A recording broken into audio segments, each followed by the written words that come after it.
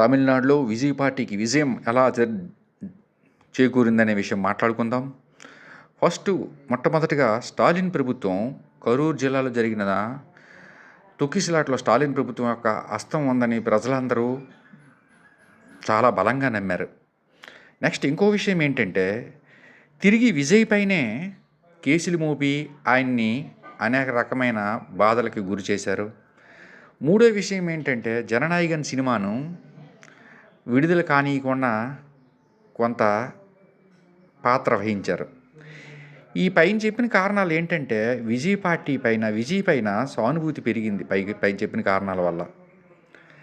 Next TVK పార్టీకి బ్రహ్మరథం కూడా ప్రజలు పట్టడం జరిగింది. అయితే ఇక్కడ రాజకీయ పార్టీలకి రెండు రకాల పాఠాలు నేర్పారు. ఏంటంటే, అప్పటి కాలం కాదు, కాలం మారింది కాబట్టి పాత రకం రాజకీయ పద్ధతులు బెడిసికొడతాయనే విషయము ప్రజలు పార్టీలకి సందేశాన్ని పంపారు. ఏంటంటే ఆ రెండు లెసన్స్ ఏంటంటే, ఇప్పుడు చూడండి, బీహార్ ప్యాటర్న్ ఫాలో అవుతూ తమిళ ప్రజలకు ప్రతి ఇంటికి ఒక 5,000 రూపాయల నగదు సహాయం స్టాలిన్ ప్రభుత్వం ప్రకటించింది. అంతవరకు బాగానే ఉంది, ఓటర్లను బాగానే ప్రసన్నం చేసుకుంది. కానీ ఏంటి జరిగింది, అక్కడితో ఆగితే బాగుండేది కదా. ఈ తొక్కిసలాట జరగడం ఇవన్నీ వీటితో ముందో తర్వాత ఎప్పుడో ఒకసారి జరిగింది కదా తొక్కిసలాట్లు, వీళ్ళ పాత్ర ఉందని నమ్మారు కదా ప్రజలు. కాబట్టి ఒక రకంగా విజయ్కి దక్కదనుకునే విజయం కూడా దక్కేలా చేశారు. ఇలాంటివే మలుపు తిప్పుతాయి అన్నమాట. అసలు ఎక్కడో ఉంటుంది, 2-3 సీట్లు ఉంటాయి, లేదా 15 సీట్లు వస్తాయి, లేదంటే 15% ఓట్స్ పర్సంటేజ్ వస్తుంది అని అనుకున్న పార్టీకి డైరెక్ట్గా మా విజయ ద్వారాలు తెలుసుకున్నాయి మాట.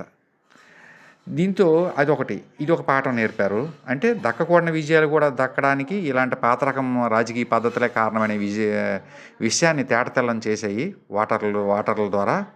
నెక్స్ట్ రెండోది ఏంటంటే, రాజకీయ నాయకులు ఎప్పుడు కూడా ఓటర్ల మనసు గెలవాలి, కానీ వాళ్ళ నడి రోడ్లో అల్లర్లు సృష్టించో ప్రజలను భయభ్రాంతులకు గురి చేసో ప్రజల మనసులో గెలవలేరని, ఇంకా వాళ్ళ మనసులో చోటు మాయమైపోతుంది, వాళ్ళ మనసులకు దూరంగా జరిగిపోతారనే విషయం తెలుసుకోవాలనే పాఠం కూడా పార్టీలకి ఓటర్లు తెలియజేశారు.